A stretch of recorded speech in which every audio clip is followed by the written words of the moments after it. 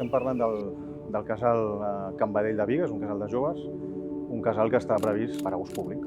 I per tant l'Ajuntament el primer que ens demana és intentar encaixar un programa que ells tenen molt clar.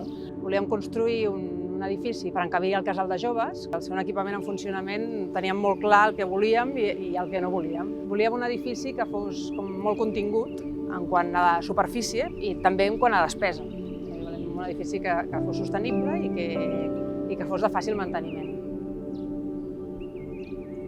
És un edifici que vol erigir-se com un edifici referent. És l'edifici dels joves. Les generacions que utilitzaran aquest edifici, en el seu lèxic ja està la sostenibilitat. I per tant, és un edifici que també té aquesta voluntat, no? de que ells vegin com tot allò que els han estat explicant, que normalment a l'entorn no hi és, amb un edifici, a més de promoció pública, doncs és la clau principal per tirar-lo endavant. Ens fan apostar per una construcció que estigui molt estandarditzada, una construcció que, a més, basi el projecte en paràmetres de coeficiència i sostenibilitat per reduir la demanda energètica. És un edifici que hem aconseguit una certificació verde i hem aconseguit les 4 fulles, que era el màxim al que podíem optar pel tipus d'edifici. I això ha sigut un esforç important a nivell d'utilització de materials, a nivell d'utilització de sistemes constructius i d'esforços també a nivell de sostenibilitat entesa com a reducció de la demanda, aïllaments tèrmics, aprofitament de ventilacions, etc. Hem utilitzat sistemes com, per exemple, el mur trombe, que el que fa és acumular temperatura i cedir-la a l'edifici. Per tant, com que l'edifici està molt temps tancat, que no s'utilitza, aprofitem tot aquest temps perquè, a través de la inèrcia tèrmica, les façanes acumulin temperatura i la cedeixin quan els usuaris arriben a l'edifici. Evidentment, això està acompanyat d'un sistema actiu, d'una climatització amb un sistema entàlpic, amb bomba de calor, però que bàsicament l'edifici per ell mateix és capaç d'autoregular-se i gestionar la temperatura interior. I sobretot la ventilació. Ventilació creuada, un edifici que està com mig emputat en el terreny i en què generem un pati, i aquest pati ens ajuda a generar aquesta convecció d'aire permanentment. I després altres sistemes passius, com seria la protecció solar. A l'estiu és un edifici que totes les sortides, siguin finestres o siguin sortides a l'exterior, estan protegides amb una porxada de material vegetal. Aprofitant l'element estructural de fusta que es repeteix cada 2,40 metres, col·loquem una malla electrosoldada d'acer que s'utilitza com a element de protecció solar. Per què? Doncs perquè hi plantem vegetació autòctona i que, a més és de fulla caduca. Vol dir que a l'estiu tenim tot aquest mantell vegetal que ens protegeix de la incidència solar i a l'hivern ens permet, al contrari, captació solar.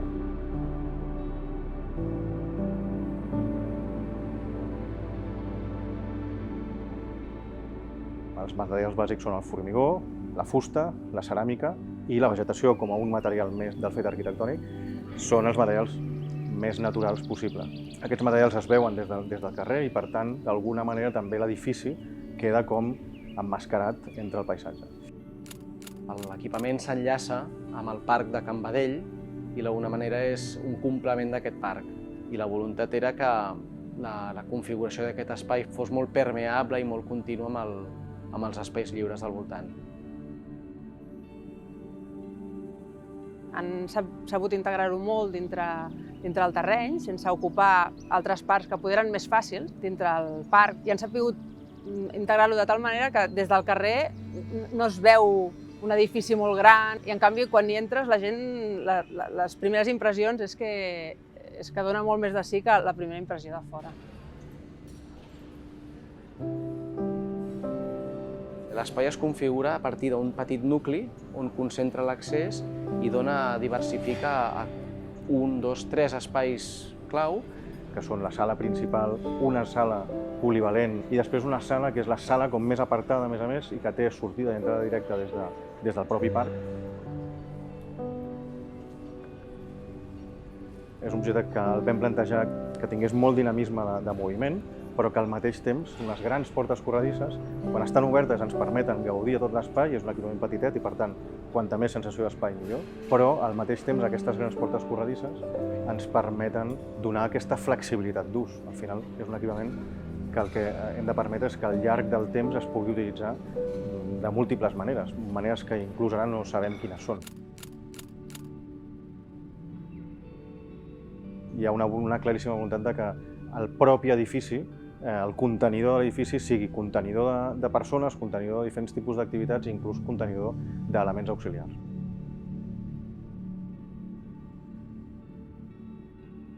La posició que es troba a l'edifici ens permetia gaudir de diferents configuracions lumíniques naturals. La premissa és aprofitar al màxim la llum natural i tots els espais estan directament relacionats amb l'exterior. Volíem que aquest edifici tingués aquesta versatilitat i al mateix temps que pogués servir puntualment per activitats que es fan dintre del parc on s'ubica. Un dels criteris que cada vegada utilitzem més al despatx és el de tenir en compte les sensacions que les persones poden tenir als edificis. I per tant, un edifici que el seu entorn és un parc, ja de punt de partida és molt beneficiós, però si a més nosaltres ho emfatitzem, augmentant i densificant la vegetació exterior amb aquestes pèrgoles, amb aquests elements, i a més obrim l'edifici estratègicament a bones vistes i a bons punts de contacte amb l'exterior, en el fons estem afavorint que les persones que estan aquí dintre estiguin més tranquil·les, tinguin una sensació millor.